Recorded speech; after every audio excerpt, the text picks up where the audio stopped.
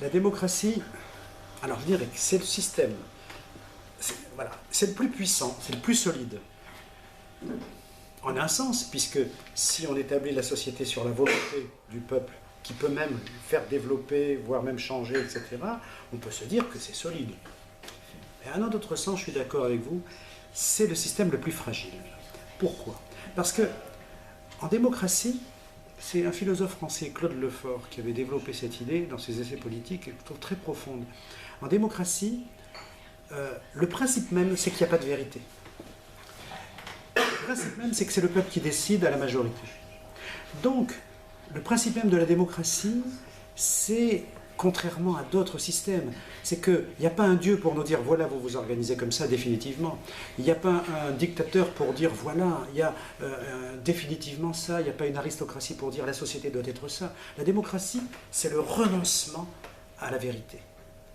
C'est le renoncement à la vérité et donc la possibilité de changer tout le temps.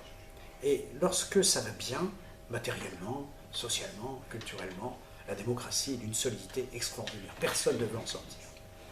Et si ça va mal, s'il y a plus ou moins guerre, s'il y a crise, s'il y a sentiment d'injustice, s'il y a crise des institutions, sentiment qu'on n'est plus représenté, s'il y a heurts des intérêts particuliers, qui ont le sentiment que c'est le chaos qui domine, qu'il n'y a plus rien, qu'il n'y a plus de principe, alors la même démocratie, comme elle n'a pas de vérité définitive, au contraire, elle la refuse, elle donne le sentiment que c'est n'importe quoi. Et à ce moment-là, ceux qui souffrent le plus, bien souvent, mais aussi ceux qui ont plus intérêt, ceux qui sont souvent les plus riches et les plus puissants, et ceux qui sont les moins puissants et les plus pauvres, se disent ensemble qu'il faut en finir avec ce désordre.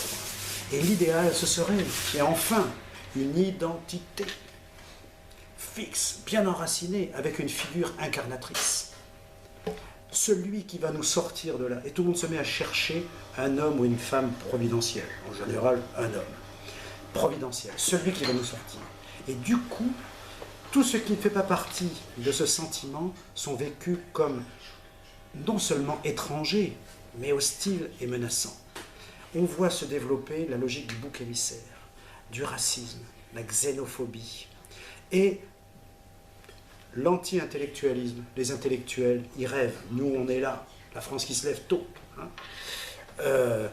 Cette idée qu'il faut absolument que la vraie vie, elle a besoin d'être incarnée et qu'on préserve cette identité. Il ne faut pas changer. Quand ça va mal, les gens ont un réflexe, il ne faut pas changer. L'identité, c'est de coïncider avec soi-même. Alors que le propre de l'homme, comme disait Sartre, c'est d'être toujours autre que soi-même. Pouvoir changer, contrairement aux animaux. Et du coup, la démocratie peut faire naître, et fait naître dans ces cas-là, des tentations totalitaires. Voilà. Le totalitarisme, c'est le refus de la démocratie active qu'il engendre par ce sentiment de dépossession, de désordre, des intérêts particuliers qui s'affrontent. Et du coup, la démocratie active, c'est ce qu'il y a de plus solide. La démocratie qui perd ce sens de la citoyenneté active, qui se prononce sur tout, etc., peut être l'antichambre de totalitarisme.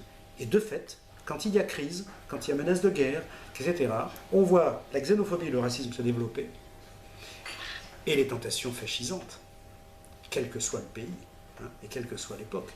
Donc la démocratie, ça marche bien, et c'est solide, si les citoyens prennent au sérieux la démocratie, c'est-à-dire veulent faire la politique du pays, et non pas bénéficier d'un homme providentiel qui leur promette des choses. Et ça, c'est le danger, y compris qu'il ne cessera jamais de menacer les sociétés démocratiques. Donc un démocrate, c'est quelqu'un qui sait critiquer sa démocratie. C'est quelqu'un qui sait que c'est très exigeant. Et la citoyenneté active, c'est ce qui est le plus difficile. Parce que ça suppose de dire, par exemple, avec cette chose-là, je paierai plus d'impôts. Mais on a besoin de plus d'impôts parce qu'on a besoin de plus d'écoles ou plus de soins, etc. Ça suppose de faire une distinction entre les intérêts étroitement individuels et ce dont a besoin une communauté. C'est la chose la plus difficile pour des humains. Mais si on éduque au libéralisme intégral, à la concurrence des individus, c'est la citoyenneté qui s'effondre. Donc la démocratie, et c'est là que naît la tentation totalitaire. Et on voit que, y compris la France, n'échappe pas à des poussées de ce genre, y compris dans les partis qui se disent républicains. Donc voilà, la démocratie, effectivement, c'est fragile. Et je crois que c'est sa plus belle qualité. Parce que si c'est fragile, ça exige un approfondissement.